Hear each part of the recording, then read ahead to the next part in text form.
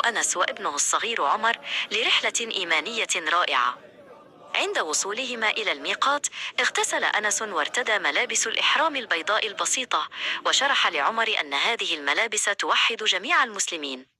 ثم عقدنا النية بقلوبهما قائلين: لبيك اللهم عمرة.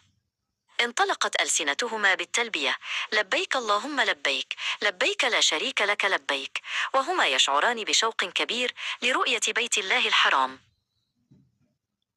عند وصولهما إلى المسجد الحرام انبهر عمر بجمال الكعبة المشرفة. بدأ الأب أنس بالطواف مع ابنه حول الكعبة 7 أشواط بدءا من الحجر الأسود. كان أنس يضم عمر إليه ليحميه من الزحام، ويذكره بذكر الله والدعاء في كل خطوة.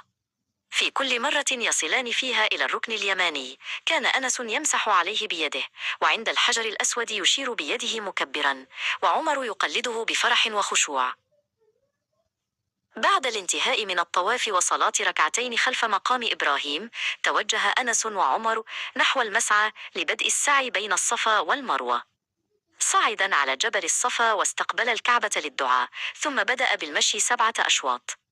شرح أنس لعمر كيف كانت السيدة هاجر تبحث عن الماء لابنها إسماعيل، وعندما يصل إلى المنطقة ذات الإضاءة الخضراء كان أنس يهرول بخفة، وعمر يركض بجانبه ضاحكا ومستمتعا بهذه الشعيرة الجميلة.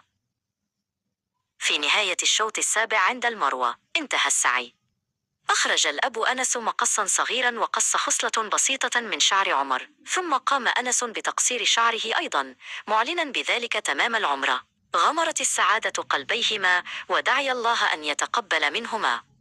لقد تعلم عمر أن العمرة رحلة حب وطاعة لله. للمزيد من القصص والرحلات الإيمانية لا تنسوا متابعتنا والاشتراك في القناة ليصلكم كل جديد.